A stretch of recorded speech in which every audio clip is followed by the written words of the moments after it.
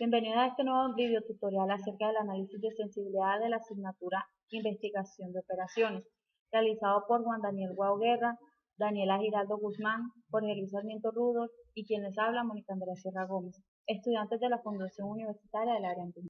Método simplex dual. Cálculo variable entrante y variable saliente. La variable saliente es un método que sirve para avanzar hacia la condición de no negatividad de las variables. Para su cálculo bastará con tomar aquella variable básica cuyo valor sea no negativo. Por el contrario, la variable entrante sirve para mantener la optimalidad de la tabla. Para su cálculo debemos de distinguir entre un problema de máximo y un problema de mínimo, como vemos acá.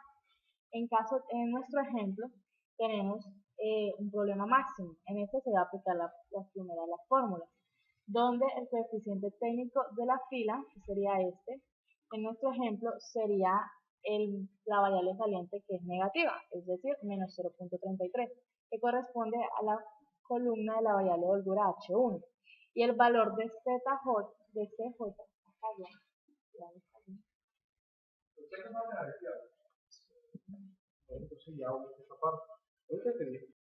en nuestro ejemplo, al tratarse de un problema de máximo, se debe aplicar la primera fórmula.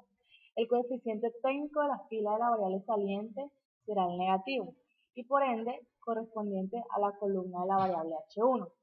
También el valor de CJ menos ZJ será el que corresponde a esta columna. En nuestro caso será menos 0.33. Por ende, nuestra variable de entrada será H1. A continuación, se opera de la misma forma que en el método simple, de manera que la nueva tabla óptima y factible será la siguiente. Se opera, se halla nuestro elemento pivote, nuestra columna pivote, fila pivote, y ya obtenemos nuestra nueva solución óptima. Para el análisis de una variación exacta de un coeficiente de la función objetivo, el coeficiente no toma un valor concreto. Puede variar, pero no se sabe exactamente la cantidad para que se siga manteniendo la composición de la tabla. Para ello se deben distinguir tanto lo que son CJ secundarias como CJ básicas. En la variación de algún CJ secundario, si varía, es decir, uno de los coeficientes de las variables cuyo valor en la tabla óptima es igual a 0, entonces para obtener el intervalo deberemos de distinguir lo que ocurre si se trata de maximizar o de minimizar la función objetivo. Por el contrario, para la variación de algún CJ básico, si varía, es decir, uno o más coeficientes de alguna variable básica que toma un valor distinto de 0 en la tabla óptima, o dicho de otra forma, cuyos CJ menos ZJ son iguales a 0, entonces para obtener el intervalo dentro del cual la composición de la tabla óptima se mantiene, depende de si se trata de maximizar o minimizar la función objetivo.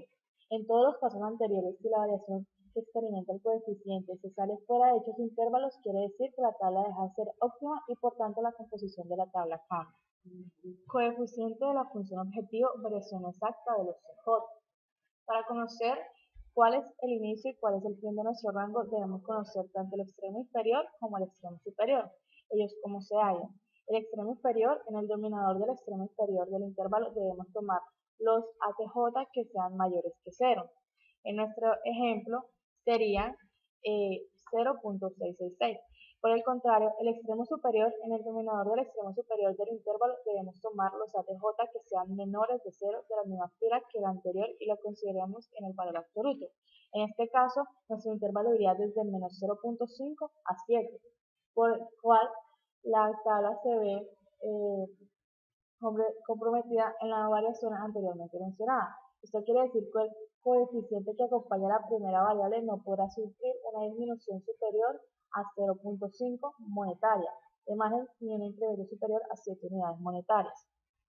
Por otra parte, bueno, aquí se enseña en la tabla, los rojos son aquellos de maximización y los verdes de minimización. Coeficientes de la función objetivo, variación exacta de los B. En este caso se aplica igual. Se tiene que hallar un extremo inferior y un extremo superior. Para el extremo inferior debemos empezar por el denominador, tomando el valor del coeficiente técnico que sea mayor que 0 siempre en valor absoluto. Luego nos fijaremos en el valor de la variable básica de la fila correspondiente a este coeficiente. En el extremo superior debemos fijarnos en el coeficiente técnico menor que 0 en valor absoluto. Después debemos ver cuál es el valor de la variable básica en el cual corresponde a la fila de este.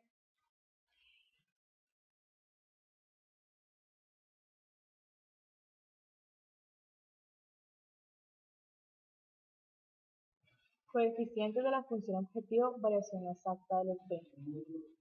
Para aplicar la fórmula del intervalo, debemos fijarnos en primer lugar en los coeficientes técnicos de la solución óptima de la columna correspondiente a la variable de holgura añadida a esta restricción.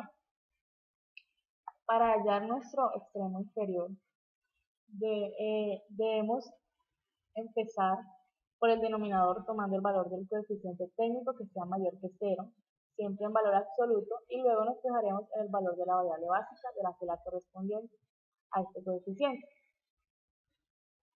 Para hallar el extremo superior, debemos fijarnos en el coeficiente técnico menor que 0, como siempre lo tomaremos en valor absoluto, después debemos ver el valor de la variable básica a la cual corresponde la fila de este coeficiente.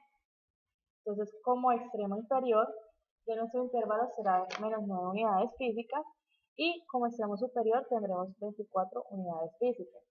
Por tanto, la disponibilidad de esto podrá sufrir un incremento o una disminución entre menos 9 y 24 unidades, como máximo para que se siga manteniendo la composición de la solución óptima.